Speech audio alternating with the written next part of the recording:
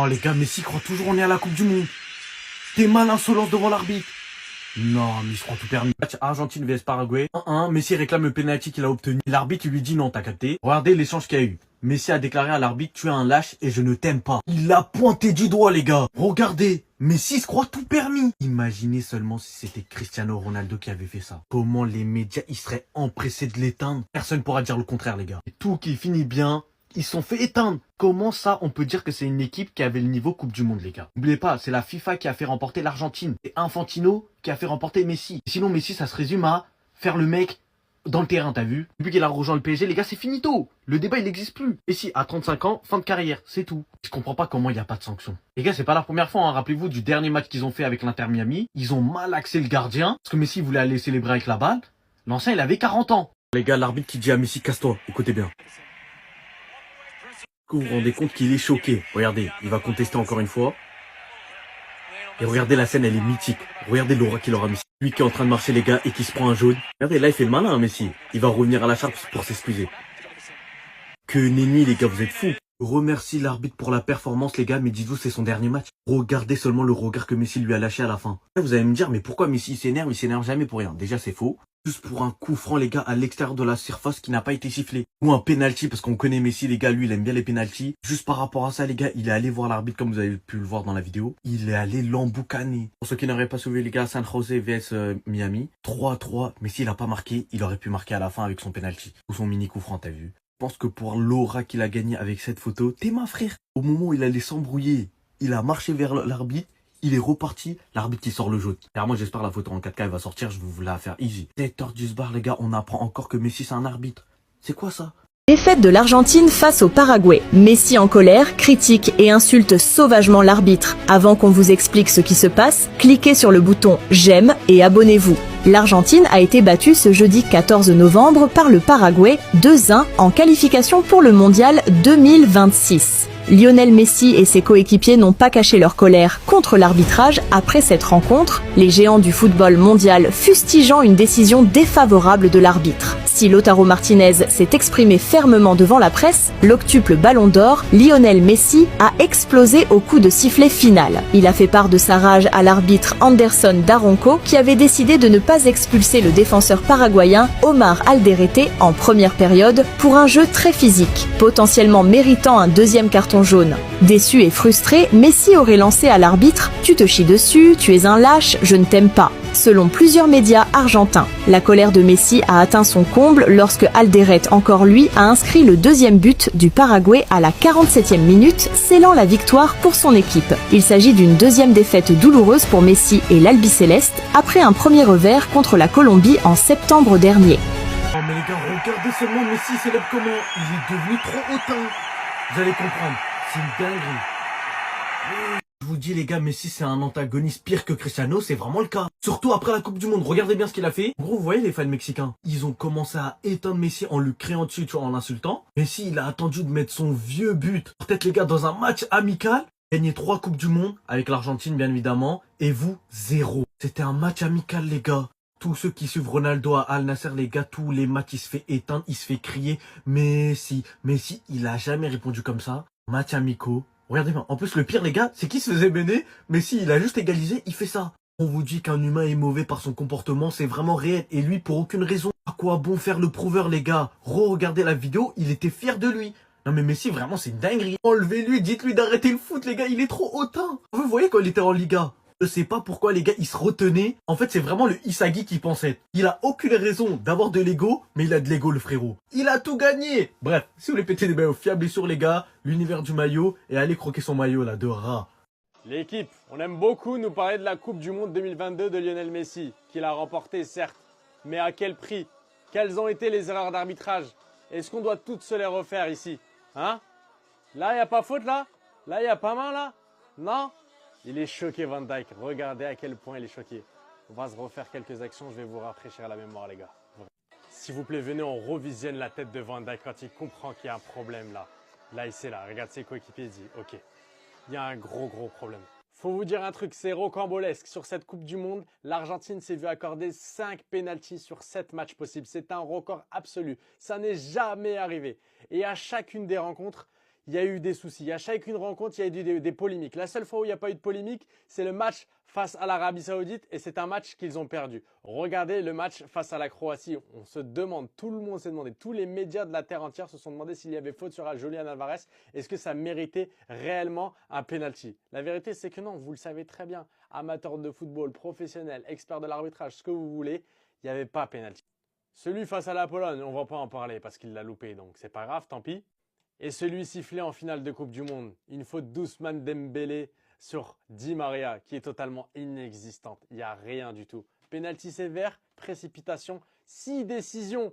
L'article du Parisien parle de 6 décisions. On pourrait se les refaire, on fera dans une autre vidéo. Mais le troisième but, est-ce qu'on peut en parler?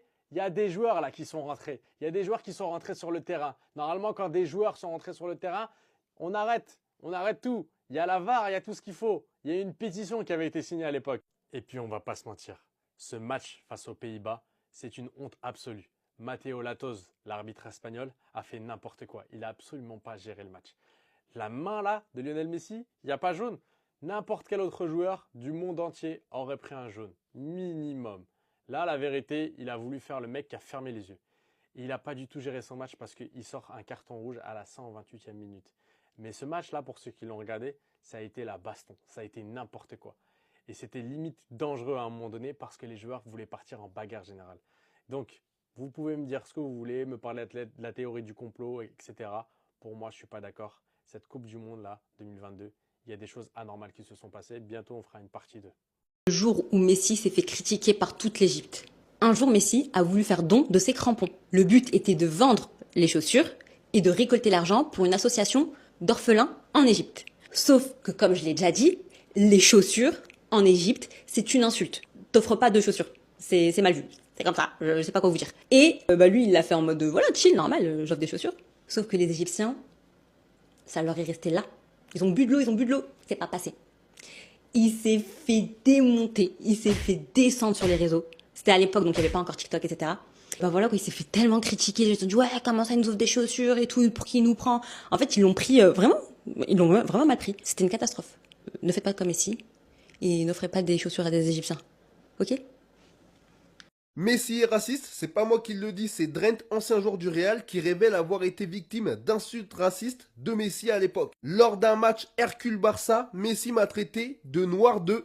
Il s'est justifié en disant qu'en Argentine, c'était quelque chose de commun. Il le disait par exemple souvent à Gareth, mais il s'en foutait. C'est une dinguerie cette information, moi je sais pas si c'est vrai. Là il le dit maintenant, en plus il le dit en rigolant, en mode c'est pas grave. Par contre, s'il y a un truc qui est très réel dans ce qu'il dit, c'est qu'il le disait souvent en Argentine. Eh, les Argentins, ça on ne cesse de vous le dire depuis l'histoire des chants racistes du bus. Mais les Argentins, enfin l'Argentine en général, c'est un pays raciste. Allez vous renseigner, juste tapez sur Google avant que de dire que je dis des conneries. Il y a juste à faire quelques recherches sur ce qu'ils ont fait les gars historiquement aux Renois qui étaient là-bas de base. Vous allez être choqués. Maintenant, est-ce que Messi lui a dit ça ou quoi? Moi j'étais pas là, là il le raconte. En plus ça date de fou et vous savez les trucs comme ça quand ça date, on peut en douter.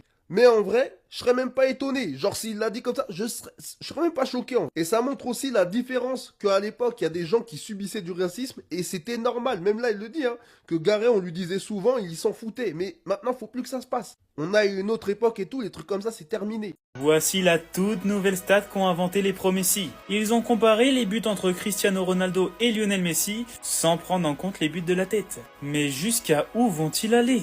Parce que je vous rappelle, les pros Messi ne sont pas à leur première invention. Ils avaient déjà commencé à faire des comparatifs pour savoir qui avait le plus de buts sans penalty. Parce que selon eux, les penalties ne comptent pas comme des vrais buts, c'est trop facile à mettre. Et c'est bien pour ça que cette année, Lionel Messi est devenu le joueur ayant raté le plus de penalties dans l'histoire du football. Et je vous rappelle que dans les moments importants, Lionel Messi et les penalties, c'est tout sauf une histoire d'amour. Il avait raté son penalty lors de la finale Copa América 2015. Immédiatement après le match, il a pris sa retraite internationale. Pareil avec son penalty raté contre le Real Madrid, qui a causé l'élimination du PSG en Ligue des Champions. Maintenant, les pro Messi veulent nous faire croire que les buts de la tête ne comptent pas comme des vrais buts. Les pro Messi, posez-vous les bonnes questions. Si vous êtes obligé de vous rabaisser à ça, créer ce genre de stats, c'est bien qu'il y a une raison. Regardez ce que Messi il a fait à l'Espagne Prime. Messi, regardez, Xavi, Silva, Busquets. Il part à 100 000 à l'heure, Iniesta. Vision de jeu, il y a Piqué là, passe décisive, boum, but. Non mais les gars, Là, à cette période-là, là, il était sur une autre planète, ma parole c'est trop. Les gars, ce joueur n'est pas humain. Ce joueur sort d'une autre planète. Il faut faire des tests. Je vous parle très sérieux, il faut faire des tests. Le pire dans l'action, tu sais c'est quoi? Déjà, t'affrontes l'Espagne Prime. C'était en 2008, 2009 ou 2010, je m'en rappelle plus. T'as Xavi, Iniesta, Busquets. 3 joueurs, tu joues avec eux en club. Ils te connaissent par cœur. Malgré ça, ils n'arrivent pas à t'arrêter. Est-ce qu'on en parle de la vitesse de Messi sur l'action? On vous a dit avec le ballon, c'est le joueur le plus rapide. All time. C'est le joueur le plus rapide all time avec un ballon, je m'en fous. Mais moi, ce qui me choque, c'est qu'on parle toujours de sa version 2012, 2015, 2010. En fait, il a tellement de versions, mais on parle presque jamais de la version quand il était jeune avec les cheveux longs. Cette version-là, mais il était trop méchant, les gars. Mais là, il est comparable à une arme nucléaire, je m'en bats les steaks. Hein. Je vous promets que les défenseurs, quand ils devaient l'affronter, ils devaient faire des cauchemars le soir. Je vous parle très sérieux. Il était capable de dribbler une équipe entière, de dribbler un continent, de dribbler la terre. Et après, vous osez me dire que c'est pas le meilleur dribbleur de tous les temps. Les gars, il est dans tous les classements. Dans tous les classements, c'est le meilleur dribbleur. On parle pas de skills, on parle de dribble. Non, cette action de Messi, elle était trop méchante. C'est trop. Et en plus, il y avait 3-0 au score. Pour l'Argentine, ça fait 4-0. Non, c'est trop. Oh les gars, j'ai jamais vu Messi parler comme ça. Regardez bien. Je suis choqué.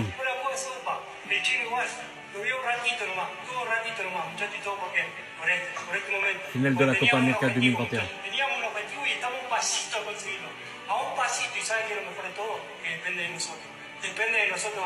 Les gars, c'est Messi qui parle comme ça. Choqué.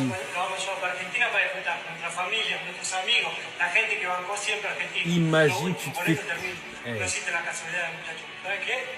Même moi qui suis pro Ronaldo, les gars, j'ai la haine. T'es ma frère, comment tu veux pas gagner après un discours comme ça? C'est moi qui suis pas pro Messi, les gars, j'ai été motivé par son discours. Il a dit, les gars, le hasard n'existe pas. La vidéo, les gars, elle m'a tellement boosté, je vous jure, c'est moi qui suis allé traduire, hein. LGBT plus CapCut, les gars, le vite fait. Et il fallait que je vous montre cette dinguerie. Ah, moi, j'ai juste envie de voir une vidéo de Ronaldo comme ça, la même. Il a parlé comme le daron de l'Argentine qu'il est, en fait. Oh, les gars, on peut me faire croire tout ce que vous voulez dans ce monde. Mais trouvez-moi un joueur, les gars, qui a plus d'aura que Messi lorsqu'il rentre dans le tunnel. Tous ses coéquipiers, les gars, qui sont à la ligne en train de l'attendre. Regardez ce qu'il va faire quand il va arriver. Un seul regard et c'est trop. Frère, non, les gars, je suis un fan de Ronaldo, hein. Je suis corda pour dire que Ronaldo, dans n'importe quel domaine, il a plus d'aura que Messi. Mais l'aura de Messi dans les tunnels, les gars, et surtout en équipe nationale, là, je peux rien dire. Les gars, je m'avoue vaincu. C'est trop une dinguerie. C'est comme un discours qu'il avait fait, les gars, par rapport à la Coupe du Monde et tout. Carrément, c'est moi-même qui ai traduit. Tellement il m'a choqué. En équipe nationale, les gars, quand Messi joue pour l'Argentine, il est inarrêtable. Il n'y a aucun humain, les gars, qui regarde droit dans les yeux Messi, Lionel Messi, les gars, de l'Argentine, et qui lui dit j'ai plus d'aura que toi. Non, c'est pas possible. Non, mais ou sinon, dites-moi. Peut-être c'est moi qui est fou, les gars. Mais non, en fait, j'arrive pas à me rendre compte comment c'est possible d'avoir autant d'aura. Quand on vous dit ses coéquipiers, les gars, en Argentine, ils vivent pour lui, il est vraiment perçu comme le GOAT.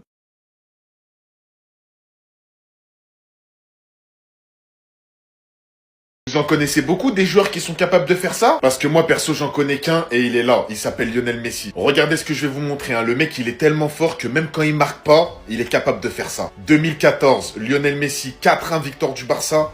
3 passes décisives en un match. 2015, cette fois-ci en sélection, victoire 6-1 de l'Argentine. 3 passes décisives de Messi en un match. Cette fois-ci en 2016, victoire 6-0 du Barça. 3 passes décisives de Lionel Messi. Maintenant, on arrive à 2020, victoire 3-2 du Barça contre le Real Betis. Je m'en rappelle très bien de ce match. 3 passes décisives de Messi. On change de club. Il l'a fait en sélection, au Barça, au PSG. Face à l'AS Saint-Etienne, 3 passes D de Messi. Encore avec le PSG, victoire 6-1 contre Clermont. 3 passes D de Messi. 2024, il y a un an, avec l'Inter Miami. 3 passes décisives de Messi en un match. Et encore une fois, il y a 2 jours, 3 passes décisives de Messi en un match. Je crois qu'il a le record de 3 passes décisives sur plein de matchs. Les gars, Messi, c'est ça qu'il faut vous rentrer dans le crâne. Il est tellement fort au football que même quand il marque pas, et même quand il passe pas, même quand il fait pas des passes décisives, pas de but, il fait quand même des matchs incroyables. Combien de fois, s'il vous plaît, il a pris des trophées d'homme du match sans être décisif? Il peut aligner une masterclass, un match qui va rester gravé dans les mémoires, sans marquer, sans faire de passe, sans être décisif. Et il a déjà terminé homme du match, même quand il n'a pas fait de passe et de but et que son coéquipier a marqué. C'est pas une dinguerie? Neymar, il a appris à Lionel Messi à tirer les pénaltys. Regardez l'anecdote. Neymar, il vient de le raconter en interview. J'ai aidé Messi à tirer les pénaltys. On était à l'entraînement, il m'a demandé « Comment tu fais pour tirer les pénaltys comme ça ?» Je lui ai dit « Mais t'es fou, t'es Messi. Si j'y arrive, tu peux le faire aussi. » Je lui ai appris et il s'est entraîné. Mais les gars, je sais pas si vous êtes d'accord avec moi, mais ça me choque pas du tout. Neymar, c'est un GOAT en penalty. Neymar en penalty, c'est injouable. Faut rendre à César ce qu'il y a à César. Et vraiment pour moi, Messi, le seul défaut qu'il a dans le football, footballistiquement parlant, le seul défaut à Messi, je suis désolé, mais c'est les pénaltys. Messi, c'est tellement un génie, il est capable de te mettre 2 coups francs d'affilée, des piches nettes, il est capable de dribbler une équipe entière, de te mettre un quintuplé, mais dès qu'il y a un penalty, et moi je me rappelle, hein, Messi, quand il tirait un penalty, ma parole que j'étais comme ça. Il en a raté des pénaltys, moi je me rappelle. Il en a raté en phase finale de Ligue des Champions, je me rappelle par exemple avec le PSG face à Courtois, face au Real Madrid. Il en a raté en finale de Copa América, en Liga, en Ligue des Champions. Non, les pénaltys, franchement, c'est le défaut à Messi. Mais là, Neymar, quand Messi est venu le voir à l'entraînement, il l'a pris pour un fou. Attends, t'es Messi, tu viens me demander des conseils à moi? Mais en vrai, c'est bien le seul conseil que Messi pouvait aller demander à Neymar. Parce que les pénaltys, Neymar, déjà au Barça, sur la fin au Barça, on voyait déjà qu'il s'était amélioré au niveau des pénaltys.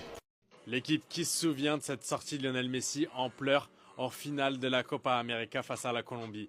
Il y a 0-0 à ce moment-là.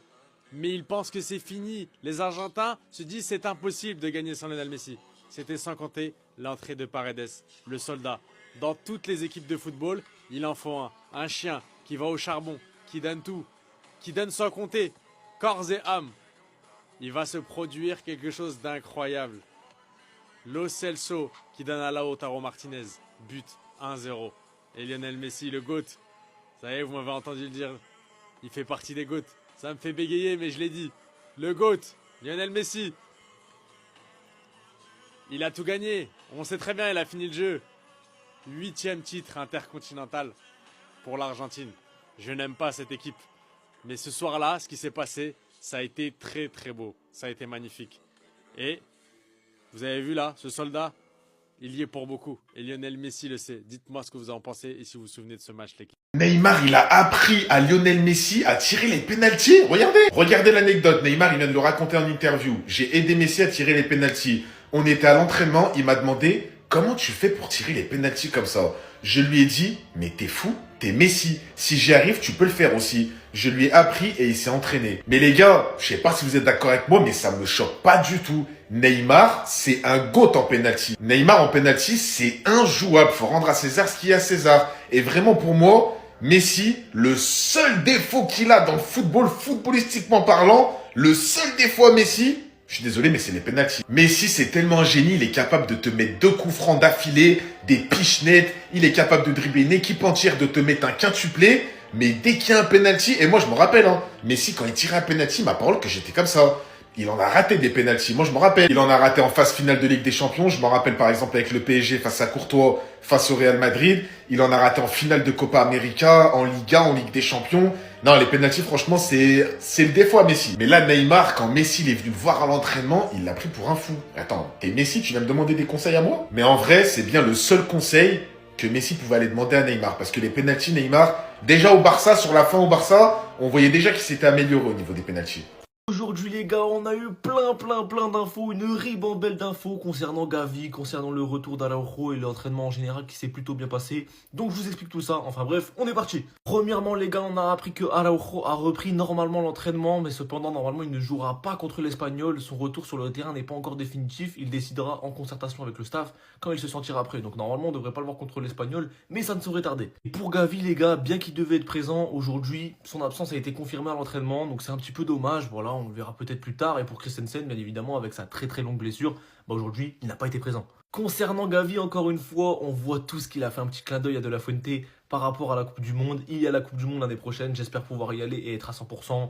Moi, en tout cas, en tant que fan du joueur et en tant que Barcelonais, j'espère qu'il y sera, même si j'ai pas trop de doute là-dessus. Et les gars, on a appris quand même que pas mal de joueurs avaient repris l'entraînement. Donc premièrement, bien évidemment, on a Araujo qui a repris l'entraînement. Donc c'est bon, il a fini son petit pèlerinage à Tel Aviv, il est de retour. Enfin, par rapport à Pedri, les gars, on a appris qu'il a repris normalement l'entraînement avec le groupe. Ce qui fait qu'il sera normalement présent aussi contre l'Espagnol le 3 janvier, si je me trompe pas.